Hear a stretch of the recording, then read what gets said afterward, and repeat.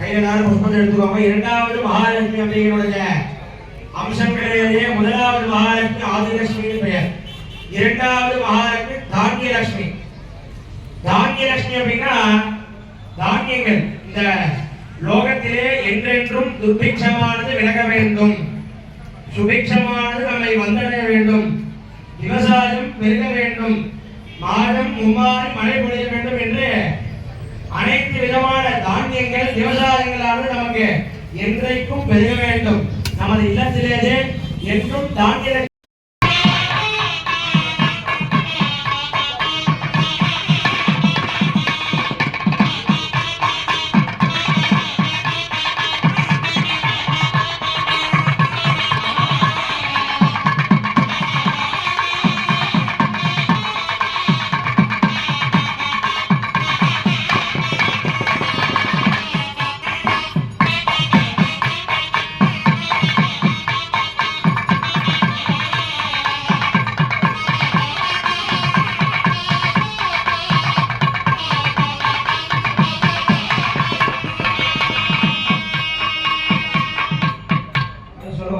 देवी सर्व भूतेषु धान्यलक्ष्मी रूपेण संस्थिता नमस्तस्यै नमस्तस्यै नमस्तस्यै नमो नमः. அந்த இரண்டாவது தீபத்தை சமர்ப்பணம் பண்ணிடணும். प्रार्थनां समर्पयामि. दक्षिणबलदीपं हस्ते दासम्प्रोक्ष्य ओम हे धैर्यलक्ष्मीगाधनाय ओम हे धैर्यलक्ष्मीगामूर्तये नमः.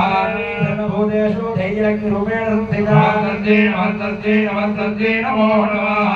लक्ष्मीगाय नमः. आवाह्य आवाहनादि सर्वोपचारैः पूज्य अर्घ्यं दत्त्वा அதற்கு அடுத்தபடியாக கையில பூ எடுத்துக்கோங்க.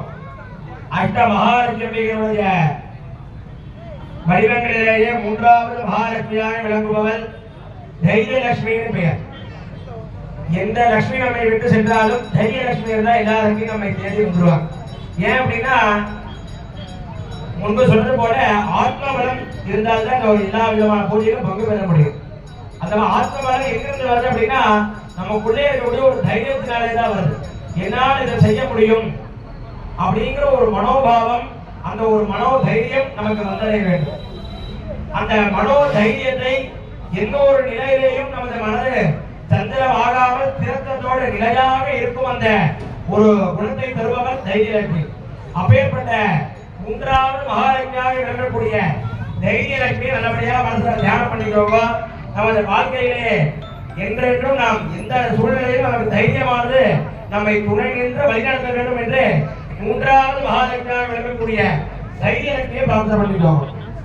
ஓம் ஜடபரமரணினி வைஷ்ணவே பாக்யமே மந்திரஸ்வரூபிணி வந்தவளே சுரகண பூரித சீக்ரமண பிரதஞான விகாரிணி சாத்ரனுதே பவபஜஹாரிணி பாப விமோந்தினி சாதுஜனாத்ரித பாரதுதே ஜய ஜய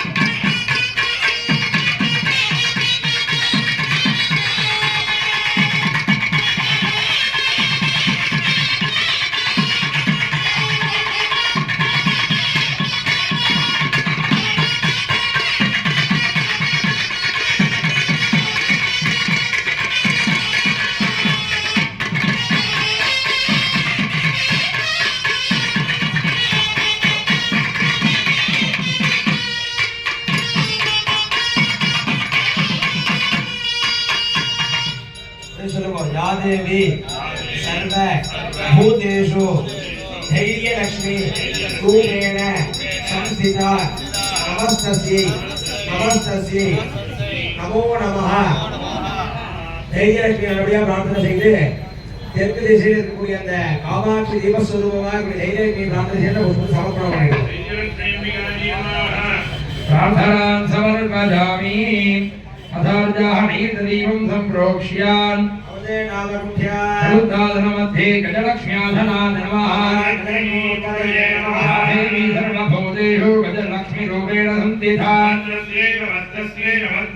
नमो नमः मध्ये गजलक्ष्मी नमाध्यायामि योनिमन्त्रां दर्शयित्वा अर्घ्यं दत्त्वा அதற்கு அடுத்தபடியாக அஷ்டமகாலட்சுமி அம்பிகையுடைய நான்காவது மகாலட்சுமியாக விளங்குபவர் கஜலட்சுமி என்று பெயர். கஜலட்சுமி அப்படின்னா அனைவரும் எல்லா கோயிலுக்கும் போய் பார்த்திருப்போம். அந்த கோவிலுடைய நிலை வாசல்ல அம்பிகையாரால் தாமரை மேலே அமர்ந்து இரு பக்கங்களிலும் 2 யானைகளை தும்பிக்கையிலே இப்படி தூக்கிட்டு இருப்பாங்க. அந்த அம்பிகை கிட்ட திருநாமம் அப்படின்னா கஜலட்சுமி பெயர். கஜம் என்றால் வடமொழியிலே யானை என்று பொருள். எதனால அந்த அம்பிகை அந்த ரூபத்தில் இருக்காங்க அப்படின்னு பார்த்தோம்னா யானை போல நமக்கு ஒரு தைரியமானது நம்மை வந்தடைய வேண்டும். இந்த அம்பிகைக்கு இன்னொரு திருநாமம் பார்த்தீங்கன்னா வைராகிய லட்சுமின்னு பெயர். வைராகிய லட்சுமி அப்படின்னா ஒரு வைராகியத்தோட நம்ம வாழ வேண்டும் என்று பெரியவர்கள் எல்லாம் சொல்வாங்க. போகே ரோகபயம் குலே சுதிபயம் வித்தே நிர்பாலா தயம் என்ற சாஸ்திரம். நன்றாக ஒரு செயலை நாம டாக்டரோட சாப்பிடக்கூடாது சொல்லியிருந்தாரு. ஆனா நம்ம மனசு அதெல்லாம் சாப்பிடணும்னு நினைக்கும். அதனால ஒரு பயமானது இருக்கும். நல்லா சுக போகங்களா வாழலாம் நினைப்போம். ஆனா இதை செய்தால் இது நம்மை வந்தடைந்திருவோம் அப்படிங்கிற ஒரு பயம் நமக்குள்ள இருக்கும். போகே ரோகபயம் குலே சுதிபயம். நம்ம குலத்திற்கு நம்ம வம்சத்திற்கு நம்ம வீட்டுக்காரங்க நம்ம பெரியவங்க ஒரு உயர்ந்த பெயர் கொண்டு வந்திருப்பாங்க. இந்த ஃபேமிலி பேரோட ஃபேமிலிக்கு ஒரு உயர்ந்த ஒரு பெயர் கொண்டு வந்திருப்பாங்க. எந்த காலத்திலும் அந்த பெயருக்கு எந்த ஒரு தீங்கும் வரக்கூடாது அப்படிங்கிற ஒரு பயம் இருக்கும். நம்ம காலத்துக்கு அப்புறம் கிடையாது. நம்ம சந்ததியினர் என்றைக்குமே அந்த குலத்தினுடைய பெயர் அவ்வாறே இருக்க வேண்டும்.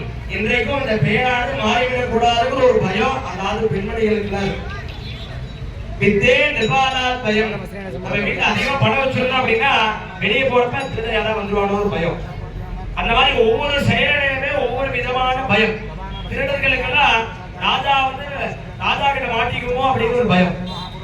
வித்தே நிர்வாணா பயம் அப்படின்னு சொல்றாங்க. அந்த மாதிரி எந்த செயலை எடுத்தாலும் அது ஒரு பயம். எல்லாமே பயமா அப்படின்னா கிடையாது.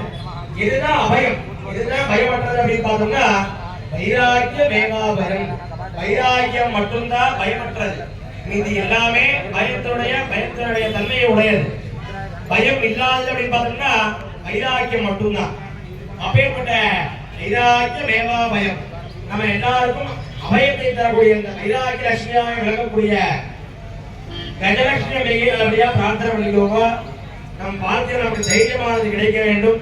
தைரியம் மட்டுமல்லாது வைராக்கியமானது நம்மிடம் இருக்க வேண்டும் அப்படின்ட்டு 4வது மகாலட்சுமி சுரூபா இருக்கக்கூடிய வைராக்கிய அம்பிகை லட்சுமியை கஜலட்சுமி அம்பிகையை பிரார்த்தனை பண்ணிக்கோங்க.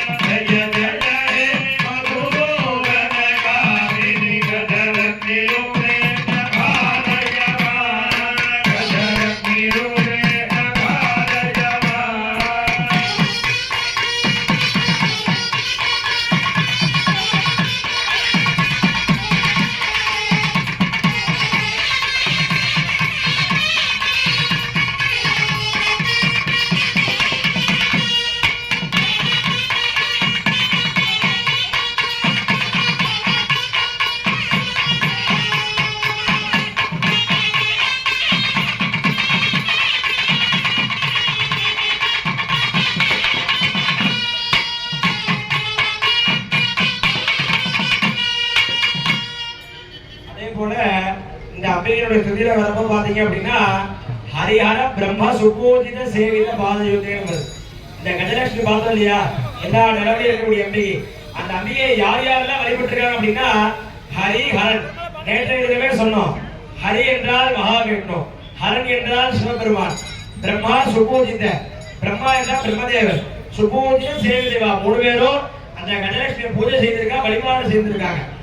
மும்மூர்த்திகள் சொல்வா இல்லையா, 3 பேருமே இந்த கஜலட்சுமி வழிபாடு செய்திருக்கா. ஏன் அப்படின்னா அவளுக்கும் அந்த வைராக்கியமானது வேணும். அப்பேற்பட்ட மும்மூர்த்திகளாலே வழிபாடு செய்யத்தக்கக்கூடிய கஜலட்சுமி அம்பிகையை நல்லபடியா பிரார்த்தனை பண்ணி சொல்லக்கூடிய மந்திரம் திருப்பி சொல்லுங்க.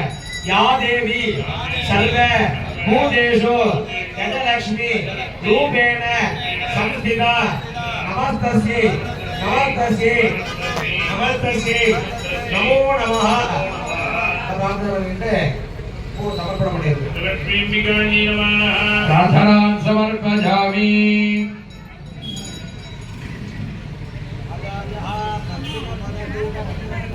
அவதேனாவருண்யான் சந்தான லக்ஷ்மி மூர்த்ததே நமः. சந்தான லக்ஷ்மி ரூபேண சம்ஸ்திதா ஈமमध्ये சந்தான லக்ஷ்மி நமாத்யாஜாமி. அவாஹனாதிதேனு யோனிமுத்ராம் தரிஹதித்வா.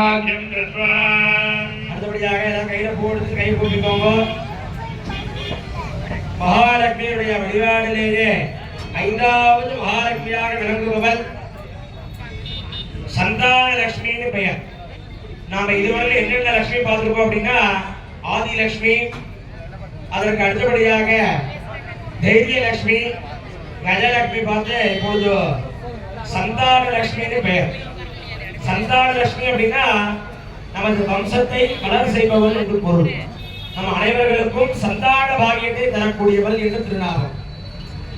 ஏன் அப்படின்னா நம்ம அனைவருக்குமே நமது வம்சமானது தலைக்க வேண்டும். இந்த வையகத்திலே சூரியன் சந்திரன் பசுமானது அந்தரர்கள் உள்ளவரை நமது வம்சமானது வாழையடி வாழையாக ஆள் போல் தலைத்து அருகு போல் மேலோன்று என்றென்றும் வாழ வேண்டி நமது சந்தானம் நமது வம்சமானது விரிவடைய வேண்டி எல்லாம் பட்ட சந்தான மகாலட்சுமியை நல்லபடியாக பிரார்த்தனை செய்து கொள்.